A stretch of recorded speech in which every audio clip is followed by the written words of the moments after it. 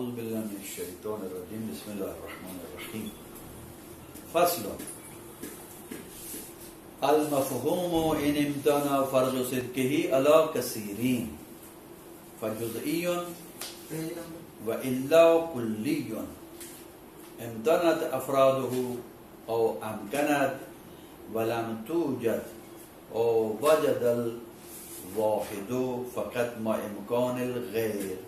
Page number جو ہے میرے پاس یہاں پر جو ہے وہ اس کتاب میں 52 ہے 51-52.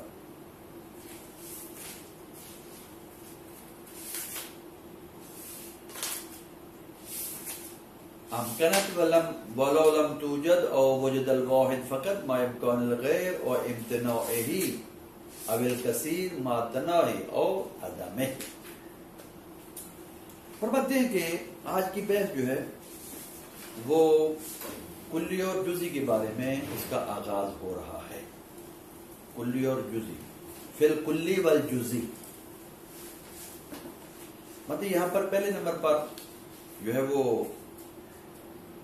بیان کریں گے جزی اور کلی کی تعریف کو، پھر جو ہے وہ کلی کے آگے اقسام جو ہے وہ بیان کر رہے ہیں.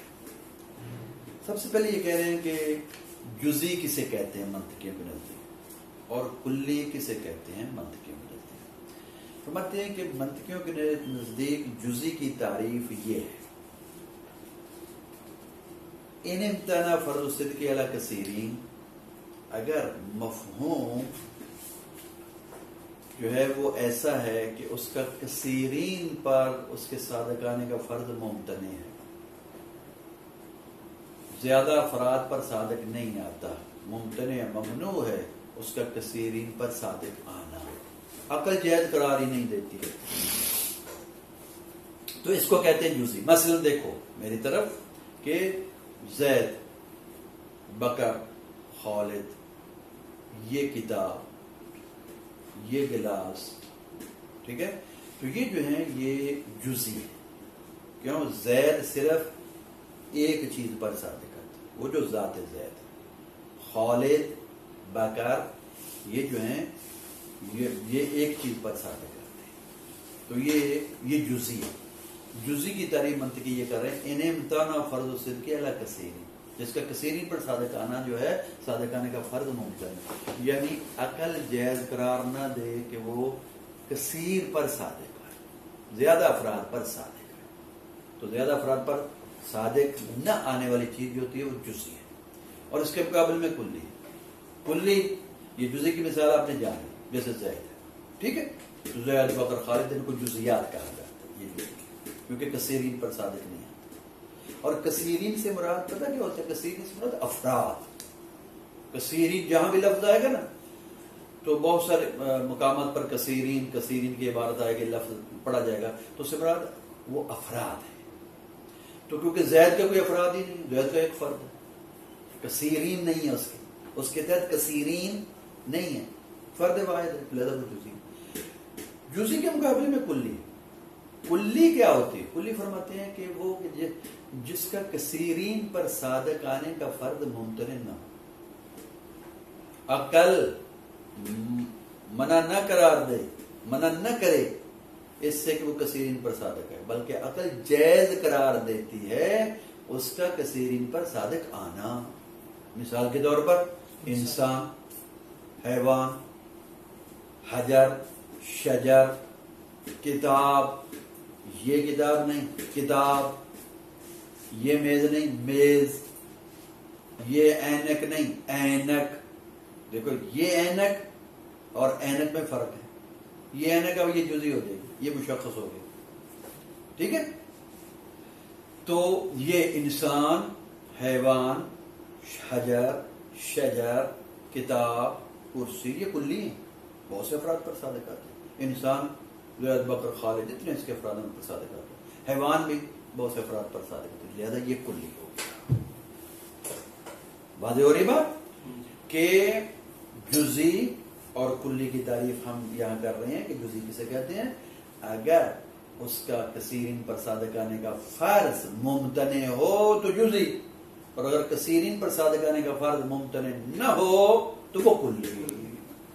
اچھا، اور یہ بات ذہن میں رکھو توجہ، یہ جو کلی اور جزئی دو قسمیں بنائی ہیں یہ مفہوم کی قسمیں ہیں،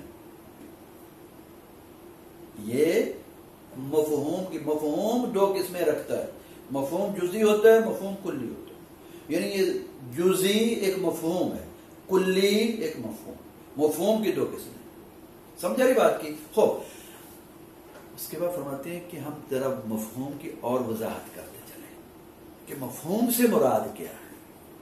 کہتے ہیں مفہوم سے مراد یہاں پر منطق میں ما حصل عند العقل،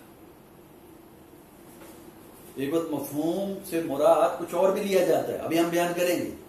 ہم جس مفہوم میں بحث کر رہے ہیں جس کی دو قسمیں ہیں جزئی اور کلی، وہ مفہوم یہ ہے کیا؟ ما حصل عند العقل، جو عقل کے نزدیک چیز حاصل ہو، جو عقل میں، عقل کے نزدیک، عقل کے پاس جو بھی چیز حاصل ہوگی منطقیوں کے نزدیک اسے مفہوم کہا جاتا ہے، سمجھ آ رہی ہے؟ تو اب دیکھو زید جزئی ہے، جزئی کی تعریف ہم کر چکے، جزئی کا جو کس مفہوم کو جزئی کہتے ہیں؟ وہ مفہوم جس کا کثیرین پر صادق آنے کا فرض ممتنع ہوگا، ایسا مفہوم جس کا کثیرین پر صادق آنے کا فرض ممتنع ہوگا، ایسا مفہوم جس کے کثیرین پر صادق آنے کا فرض ممتنع نہیں ہوگا، وہ کلی ہوگا۔ تو یہ جزئی اور کلی مفہوم کی قسم۔ یہ کون سا مفہوم؟ ما حصل عند العقل، وہ مفہوم جو عقل کے پاس حاصل ہوتا ہے۔ تو جزئی بھی عقل کے پاس حاصل ہوتا ہے، کلی بھی عقل کے پاس حاصل ہوتا ہے۔ اور فرماتے ہیں کہ مستفید من اللفظ، ایک وہ چیز ہوتی ہے جس کا لفظ سے استفادہ کیا جاتا ہے۔ لفظ مثلا بولا گیا، آپ لفظ بولتے ہیں، میں لفظ بول رہا ہوں، آپ اس لفظ سے کوئی چیز سمجھتے ہیں۔ یہ جو آپ لفظ سے چیز سمجھتے ہیں نا، کوئی بھی لفظ بولا جائے، کوئی بھی متکلم الفاظ بولے، لفظ بولے، تو لفظ سے جو سمجھا جائے گا، جس کا استفادہ کیا جائے گا، اس کو کہتے ہیں مستفید من اللفظ۔ بات سمجھ میں آ رہی ہے نہیں؟ ماتے ہیں یہ جو مستفید من اللفظ ہوتا ہے، یعنی لفظ سے جس چیز کا استفادہ کیا جاتا ہے، اس مستفید من اللفظ کے تین نام ہیں، تین اعتبار سے، تین مختلف اعتبار ہیں اس میں، اور ہر اعتبار سے ایک نیا نام بن جاتا ہے۔ کس کے لیے؟ مستفید من اللفظ کے لیے۔ مستفید من اللفظ سمجھ گئے یا نہیں؟ مستفید من اللفظ یعنی لفظ بولا گیا اور لفظ سے جس چیز کا استفادہ کیا جاتا ہے، فائدہ جو طلب کیا جا رہا ہے، اب فائدہ جو حاصل کر رہے ہیں، جو فائدہ لے رہے ہیں، یہ جو لفظ بولنے کے بعد اس لفظ سے جو فائدہ لیا جا رہا ہے، فائدہ حاصل ہو رہا ہے، اس کو کہتے ہیں مستفید من اللفظ۔ اس مستفید من اللفظ کے تین نام ہیں، تین اعتبار سے۔ وہ تین اعتبار کون سے ہیں اور تین نام؟ فرماتے ہیں کہ بے اعتبار انہ فہم منہ، ایک یہ اعتبار ہے، وہ بے اعتبار انہ قصد منہ، ایک یہ اعتبار ہے، یہ دوسرا اعتبار ہے، وہ بے اعتبار ان اللفظ دال علیہ، اور اس اعتبار سے کہ لفظ اس پر دلالت کرتا ہے، یہ تیسرا اعتبار ہے۔ کیا مطلب؟ دوبارہ بات کو میں سمجھا رہا ہوں، یہ جو لفظ بولا جاتا ہے، لفظ سے جو استفادہ کیا جاتا ہے، اس کو کہتے ہیں مستفید من اللفظ، سمجھ آ گئی؟ اس مستفید من اللفظ کے تین اعتبار ہیں اور تین نام ہیں، ہر اعتبار سے ایک نام۔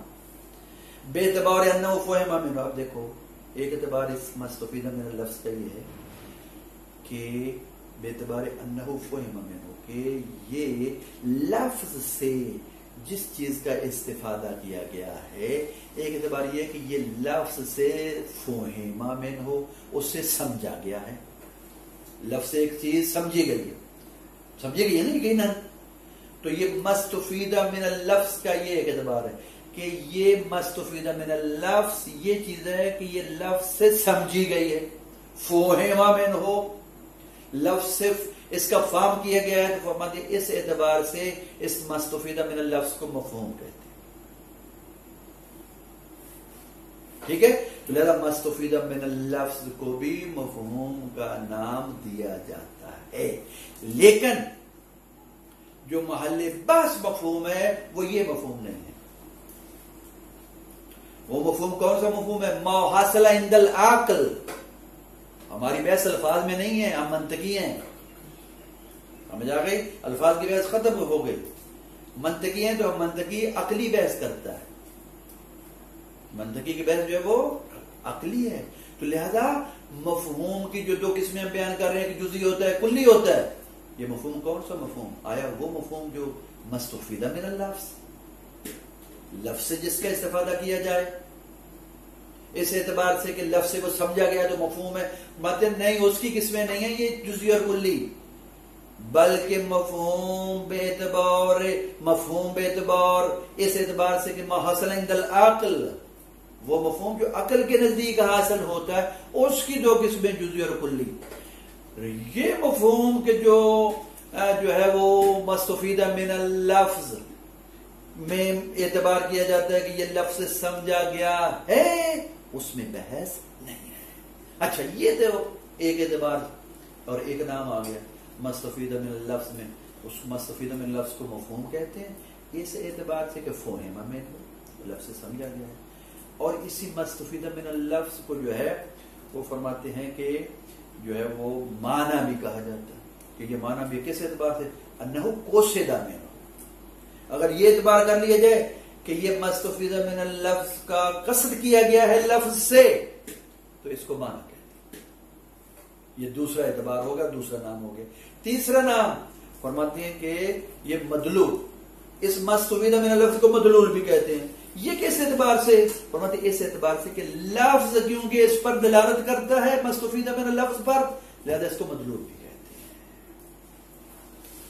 تقریباً بات واضح ہو رہی ہوگی کہ مستفیدہ من اللفظ کے تین نام ہیں تین اعتبارات سے.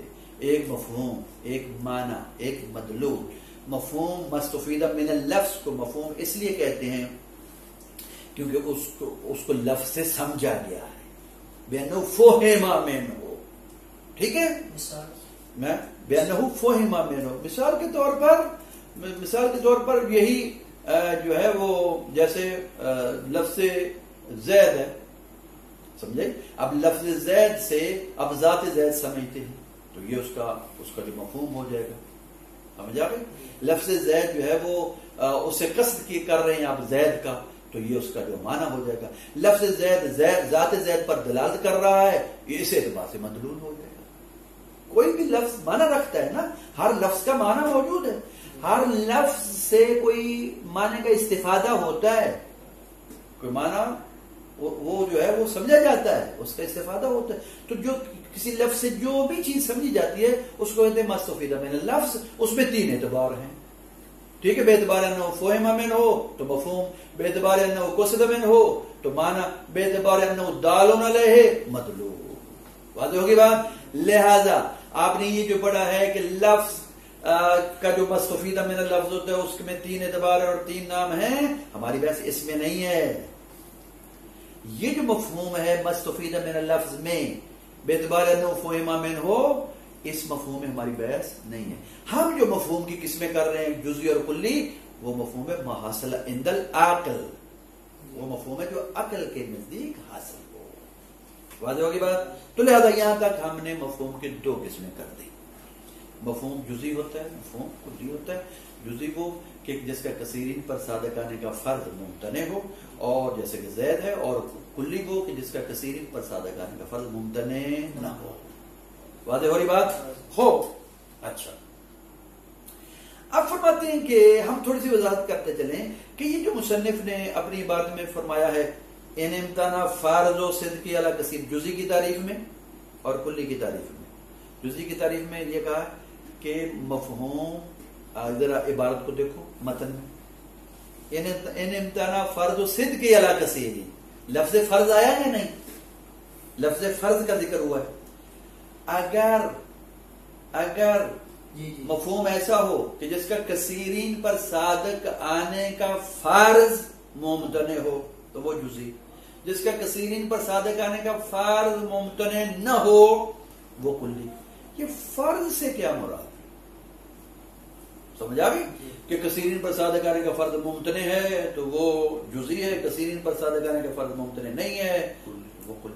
مطلب یہ فرض سے کیا مراد ہے؟ مطلب فرض کے دو معنی لیے جاتے ہیں، ایک وہ فرض سے مراد فرض یعنی جو ہے وہ تقدیر، یعنی فرض کر لینا، تو جو ہے بات کی طرف فرض پہ مانا فرض پہ مانا تقدیر، ٹھیک ہے نا، کس چیز کو فرض کر لینا، کیسے؟ مطلب جیسے میں فرض کر لیتا ہوں کہ مصطفیٰ جو ہے وہ آسمان میں اڑ رہا ہے، ٹھیک، اور میں فرض کر رہا ہوں اس وقت کہ جو احسن ہے وہ جو ہے وہ اب حلوہ کھا رہا ہے، ٹھیک ہے نا، تو ان دو میں سے ایک محال ہے اور ایک جو ہے اس کا فرض کرنا جائز ہے۔ ایک محال ہے کہ مصطفیٰ ہوا میں اڑ رہا ہے، اب مصطفیٰ کا ہوا میں اڑنا یہ جائز ہے یا جائز نہیں، یعنی ممکن ہے یا ممکن نہیں ہے؟ ممکن نہیں ہے، سمجھ رہے نا بات کو؟ یہ فرض تو کیا جا سکتا ہے نا، فرض کرنے میں تو ایک وقت فرض کا معنی یہ ہے، فرض بھی معنی فرض کر لو، کس چیز کو بھی تقدیر میں لے فرض کر لو، تو فرض تو محال کا بھی کیا جا سکتا ہے۔ فرماتے ایک فرض کا معنی یہ ہے، ایک دوسرا فرض یہ مراد نہیں ہے یہاں پر یہ مراد نہیں ہے، دوسرا فرض کا معنی جو یہاں مراد ہے وہ یہ ہے تجویز العقل، عقل کا جائز قرار دینا کسی کام کو،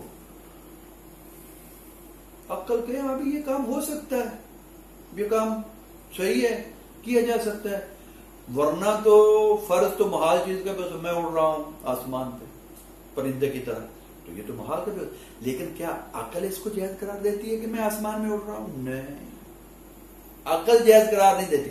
بس یہاں پر جو فرض ذکر ہوا ہے متن میں مصنف نے جو ذکر کیا ہے، اس فرض سے مراد تجویز العقل ہے، نہ کہ فرض سے مراد فرض جو کہ تقدیر ہے کہ محال کا بھی فرض کر لینا، تو فرماتے ہیں محال چیز کا بھی فرض کر لینا جائز ہے، فرض کیا جا سکتا ہے، یہاں یہ مراد نہیں ہے، سمجھ رہے ہیں بات کو؟ یہاں مراد ہے کہ دیکھو عقل جس چیز کو جائز قرار دے، یہاں مراد ہے کہ ان فور جزئی کی تعریف میں یہ جو کہا جا رہا ہے، اگر مفہوم ایسا ہو جس کا کثیرین پر صادق آنے کا فرض ممتنع ہو، یعنی جہاں پر عقل جو حکم لگائے کہ اس کا کثیرین پر صادق آنا جائز نہیں ہے، عقل کہے، نہ کہ صرف فرض کر لینا، سمجھ رہے بات یہ نہیں؟ ان امتناع فرض الصدق علی کثیرین، ممتنع ہو اس کے کثیرین پر صادق آنے کا فرض، یعنی معنی مفہوم مطلب یہ نکلتا ہے کہ جہاں پر عقل حکم لگائے کہ اس کا کثیرین پر صادق آنا ممنوع ہے، سمجھ آ گئی؟ تو یہ مراد ہے فرض سے یہاں۔ اس طرح کلی میں عقل جائز قرار دیتی ہے کہ یہ کثیرین پر صادق آ سکتا ہے، جیسے انسان جو ہے بکر خالق، جزئی میں عقل جائز قرار نہیں دیتی کہ یہ کثیرین پر صادق آ جائے، تو لہذا یہاں فرض سے مراد تجویز العقل ہے، فرض سے مراد فرض نہیں ہے، تقدیر نہیں ہے، وگرنہ تو محال چیز کو بھی فرض کیا جا سکتا ہے۔ اس کے بعد اب توجہ، ہم نے مفہوم کی دو قسمیں کرتے ہیں، جزئی اور کلی، اب کلی کی اقسام کچھ بیان ہو رہی ہیں۔ فرماتے کلی یا تو جو ہے وہ کلی ایسی ہوگی کہ امتنعت افراد ہو، یا تو اس کے افراد خارج میں ممتنع ہوں گے، او امکنت، یا اس کے افراد خارج میں ممکن ہوں گے۔ کلی ہے، کلی کسے کہتے ہیں؟ کلی کی تعریف کیا ہم نے کی؟ جس کا کثیری پر صادق آنے کا فرض ممتنع ہو، ٹھیک ہے؟ اچھا، اب فرماتے کلی ہے، کلی یا تو اس کے افراد خارج میں ممنوع ہوں گے، ہو ہی نہیں سکتے، یا یہ کہ اس کے افراد خارج میں ممکن ہوں گے۔ ممنوع ہوں گے، اس کی مثال شریک باری تعالی، اللہ تعالی کا شریک، یہ شریک جو ہے نا اللہ کا شریک، یہ کلی ہے، بہت سے شریکوں پر صادق آ سکتا ہے، ہو سکتے ہیں نا شریک، اللہ کے شریک کتنے ہیں؟ یہ تو جعلی شریک ہے نا، حقیقی شریک کوئی بھی نہیں، سمجھا گئی نا؟ شریک کسے کہتے ہیں؟ یہ جو شریک خدا کہتے ہیں یہ جو تم لوگوں نے میرے مقابلے میں جو ہے اپنے جس کی عبادت کرتے ہو میرے شریک بنا رکھے ہیں، یہ بتاؤ تو صحیح، یہ شریک یہ صلاحیت بھی رکھتے ہیں کچھ کام کرنے کی؟ نہیں. شریک کیا ہوتا ہے؟ شریک مد مقابل ہوتا ہے، برابر کا شریک. خدا جیسے قرآن میں فرما رہے نا، لو کان فیہما آلہۃ لفسدت السماوات والارض، اگر زمین و آسمان میں چند آلہہ ہوتے، چند اللہ ہوتے، کئی اللہ ہوتے یعنی یہ بھی اللہ، یہ بھی اللہ، یہ بھی اللہ، تو پھر کیا ہوتا؟ اللہ میں جھگڑا ہوتا. تو اللہ تو مقابلے کا اللہ ہے نا، شریک وہ ہوتا ہے. سمجھا گے نا؟ فرماتے شریک، اللہ کا شریک، لفظ شریک کلی ہے. یہ کلی کون سی ہے؟ اس کے افراد خارج میں ممتنع ہیں. اللہ کے علاوہ اللہ کا کوئی شریک ہے، تو لہذا یا تو کلی ہوگی جس کے افراد خارج میں ممتنع ہوں گے، ہوگی بات جیسے شریک باریزات اللہ تعالیٰ کے شریک، یہ اس کی مثال. یا کلی کے افراد خارج میں ممکن ہوں گے. اب ممکن ہوں گے تو آگے پھر کس میں بنتی؟ فرماتے ہیں اگر ممکن ہے تو ولم توجد، ممکن ہے، اس کے افراد خارج میں ممکن ہیں، ہو سکتے ہیں، امکان پایا جاتا ہے کہ لم توجد، پائے نہیں جاتے ہوں، پائے نہیں گئے، کسی نے دیکھا نہیں ہے، ہو سکتا ہے لیکن آج تک کسی نے دیکھا نہیں. مثلا کیسے فرماتے ہیں؟ جیسے کہتے ہیں اونقا، ایک پرندہ ہے جسے سرخاب کہتے ہیں. اس طرح عام طور پر مثال بھی دی جاتی ہے، بے یہ سرخاب پرندہ اگر کسی کے ساتھ کے اوپر سے گزر جائے تو وہ بادشاہ بن جاتا ہے. یا کہا جاتا ہے بے تجھے سرخاب کے پر لگے ہوئے. سمجھ آئی نا؟ یہ سرخاب پرندہ ہے. یہ کہتے ہیں خیالی پرندہ ہے، بعض کہتے ہیں یہ پہاڑوں پہ رہتا ہے، آج تک نظر نہیں آیا، کسی نے دیکھا نہیں. بعض کہتے ہیں راتوں کو اٹھتا ہے. اونقا ایک کلی ہے، بہت سے اونقا ہو سکتے ہیں. ایسی کلی جس کے افراد خارج میں ممکن ہیں لیکن لم توجد، پائے نہیں گئے، آج تک کسی نے دیکھے نہیں. اچھا، یا فرماتے وجدہ، یا پائے گئے ہوں گے لیکن وجد الواحد فقط. یا کلی ایسی ہے کہ جس کے افراد ممکن ہیں خارج میں لیکن کیا ہے، اور خارج میں پائے بھی جاتے ہیں لیکن کیا صرف ایک فرد پایا جاتا ہے. اچھا، ایک فرد جو پایا جاتا ہے اس کی پھر دو قسمیں ہیں. ساتھ ایک فرد پایا جاتا ہے، آیا غیر کا امکان ہے یا نہیں؟ کلی میں کیسے جی ایک فرد کلی کا ایک فرد ہے تو کلی لیکن اس کا فرد جیسے مثلا زید ہے، زید اس کا انسان کا فرد ہے. ایک تو ہو سکتا ہے نا، انسان کلی ہے تو اس کا فرد زید ہے. جس طرح کلی، ابھی مثال دیتا ہوں، کلی امکان ہے اس کا، ممکن ہے، اور خارج میں بھی پایا گیا ہے اور پایا بھی ایک گیا ہے، کثیر نہیں پایا گیا، ایک پایا گیا. اور پھر ایک جب پایا گیا تو اس کی دو قسمیں بنتی، کیا امکان غیر یا امتناع. غیر کا امکان ہے یا غیر کا امکان نہیں ہے. فرماتے ہیں ایک پایا گیا ہے، غیر کا امکان ہے. اس کی مثال جیسے شمس، لفظ شمس کلی ہے، ٹھیک ہے. اب یہ کلی جو ہے فرماتے ہیں کہ شمس بہت سے شمس پر صادق آ سکتا ہے، جیسے کہ روایات میں موجود ہے. اس طرح کے کئی جہان ہیں، اس طرح کے کئی شمس ہیں. یہ ایک سورج چاند نہیں ہے، اس طرح کے کئی نظام شمسی ہیں. لیکن آج تک کسی نے اور کوئی شمس دیکھا نہیں. تو یہ کلیہ ممکن، توجہ، یہ کلیہ ممکن اور ایک ہی فرد پایا جا رہا ہے اور ساتھ غیر کا امکان بھی ہے. ممکن ہے کئی ایسے شمس موجود ہوں، ٹھیک ہے نا، ممکن ہے کئی ایسے شمس موجود لیکن ابھی تک پائے نہیں گئے، ٹھیک ہے. اچھا، یا یہ ہے کہ نہیں، غیر کا امکان نہیں ہے، ایک ہی کلی کا ایک ہی فرد ہے ایک ہی پایا گیا ہے اور ساتھ غیر کا امکان نہیں ہے. وہ کیا؟ اس کی مثال دیتے ہیں مفہوم واجب الوجود. ذات باری تعالی مفہوم واجب الوجود. یہ مفہوم واجب الوجود کلی ہے، مفہوم کلی ہے. واجب الوجود کئی واجب الوجود پر صادق آ سکتا ہے، لیکن ایک ہی پایا گیا ہے اور غیر کا امکان نہیں ہے، کوئی اور واجب الوجود ہے ہی نہیں. خوب ہو گیا یا نہیں؟ اب توجہ کرو دوبارہ. کلی یا اس کے افراد ممتنع ہوں گے جیسے شریک باری، یا ممکن ہوں گے. ممکن ہوں گے تو لم توجد پائے نہیں گئے ہوں گے جیسے اونکا، یا اگر پائے گئے ہیں یا ایک پایا گیا ہوگا یا کثیر پائے گئے ہوں. اگر ایک پایا گیا ہے تو اس کی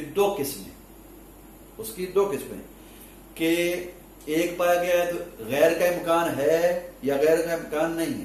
اگر غیر کا امکان ہے تو اس کی مثال جیسے شمس، اور اگر غیر کا امکان نہیں ہے، غیر کا امتناع ہے تو جیسے مفہوم واجب الوجود. اور اگر کثیر پائے گئے، کلی کے افراد ایک نہیں ہیں بلکہ کثیر پائے گئے ہیں، اس کی پھر دو قسمیں، اس کی آگے دو قسمیں. وہ دو قسمیں کو سے فرماتے ہیں معتناہی اور عدمی.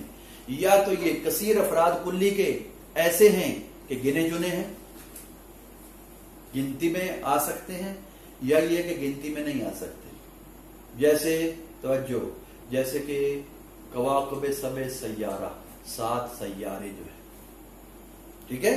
یہ فرماتے ہیں کہ سیارہ، اب سیارہ ان پر جو ہے وہ صادق آتا ہے اور یہ 7 ہی ہیں، متناہی ہیں، لا متناہی نہیں ہے.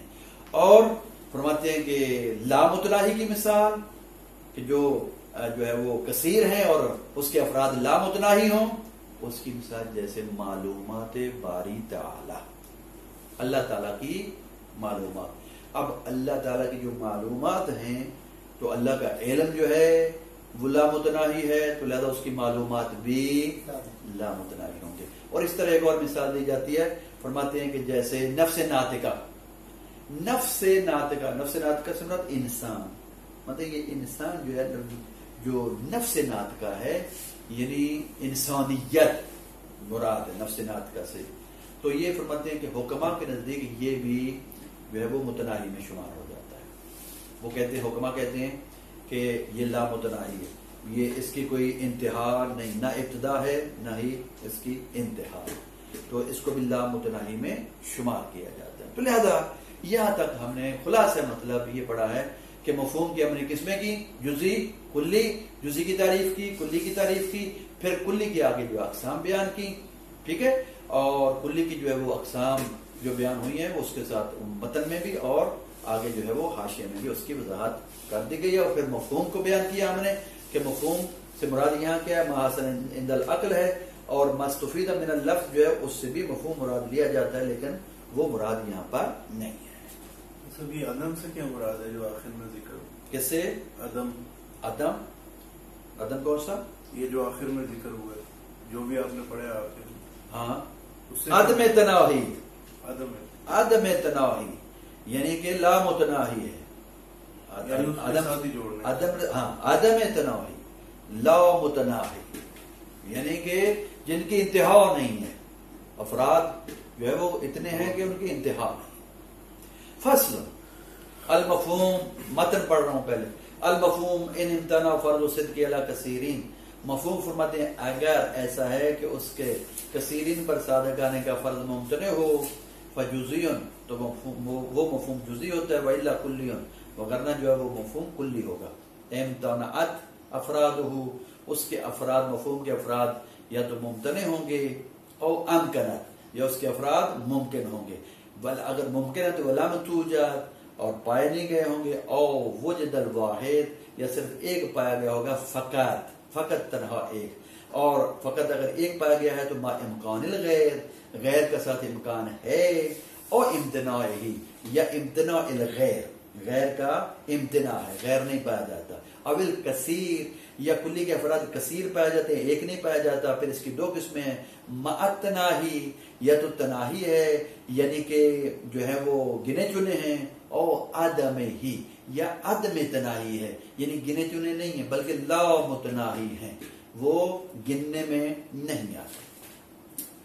فی الکلی والجزئی قولہ المفہوم اے ما حصل عند العقل، یہاں مفہوم سے مراد وہ ہے کہ جو عقل کے نزدیک حاصل ہو. اعلم جان لو انما استفید من اللفظ کہ بتحقیق وہ چیز کہ وہ معنی کہ استفید من اللفظ کہ جس کا لفظ سے استفادہ کیا جائے، یہاں ما سے مراد چیز ہے، ٹھیک ہے، وہ چیز جس کا لفظ سے استفادہ کیا جائے، بے اعتبار انہ فہم منہ، اس اعتبار سے کہ اس کو لفظ سے سمجھا گیا ہے، یسمى مفہوما تو اس کو مفہوم کا نام دیا جاتا ہے، اور بے اعتبار انہ قصد منہ، اور اس اعتبار سے کہ اس کا لفظ سے قصد کیا گیا ہے، یسمى معنی تو اس کو جو ہے معنی کا نام دیا جاتا ہے، اور بے اعتبار ان اللفظ دال علیہ، اور اس اعتبار سے کہ لفظ اس پر دلالت کرتا ہے، یسمى مدلولا تو اس کو مدلول کا نام دیا جاتا ہے. قولہ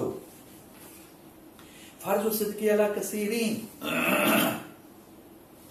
اس فرض سے کیا مراد؟ فرماتے الفرض ہا ہونا بمعنی تجوید العقل، فرض سے مراد یہاں پر کیا ہے؟ بمعنی تجوید العقل، عقل کا جائز قرار دینا ہے. لتقدیر، یہاں فرض سے مراد تقدیر نہیں ہے، فرض سے مراد فرض نہیں ہے، تقدیر نہیں، بلکہ تجویز العقل ہے، یعنی عقل کا جائز قرار دینا کسی چیز کو. فإنہ پس بتحقیق لا یستحیل محال نہیں ہے تقدیر و صدق الجزئی علی کثیرین، تقدیر میں معنی فرض، یعنی فرض کر لینا کہ جزئی صادق آ رہی ہے کثیرین پر. یہ تو فرض کرنے میں تو کوئی حرج نہیں ہے کہ جزئی چیز کثیرین پر صادق آ رہی ہے، جیسے کہ فرض کر لیا جائے کہ بندہ جو ہے وہ فضا میں اڑ رہا. قولو امتنعت، امتنعت یعنی امتنعت افرادو کا شریک باری اسم، جیسے کہ باری تعالیٰ کا شریک، باری کے جس کا اسم جو ہے وہ غالب ہے، تو یہ شریک جو ہے اس کے افراد جو ہیں وہ ممتنع ہیں.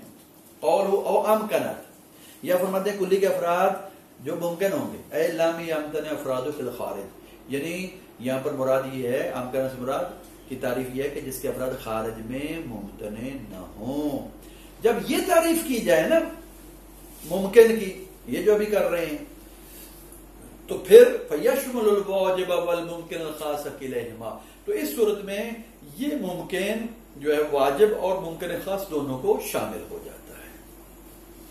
قولہ وَلَمْ يُوجَدْ كَالْعُنَقَاء، اور یہ جو پایا نہ جاتا ہو جیسے کہ عنقاء ہے. قولہ ما امکان الغیر، امکان غیر کے ساتھ ہو کا شمس، جیسے کہ شمس ہے. قولہ اور امتناع ہی، یا امتناع غیر ہو کا مفہوم واجب الوجود، جیسے کہ مفہوم واجب الوجود ہو. قولہ ما تناہی، تناہی کے ساتھ ہو، افراد کثیر پائے جاتے ہیں لیکن متناہی ہیں، کل کواکب سب سیارہ، جیسے کہ وہ سب سیارہ جو کوکب ہیں، کواکب ہیں. قولہ او عدم ہی، یعنی عدم تناہی کا معلومات الباری، جیسے کہ اللہ تعالیٰ کی معلومات ہیں، اجزاء اسم کو. وقت نفس الناطقہ، جیسے کہ نفس ناطقہ ہے، علی مذہب الحکماء، حکماء کے نظریہ کے مطابق. وصلی اللہ علیہ سیدنا محمد و اطرتہ الطاہرہ.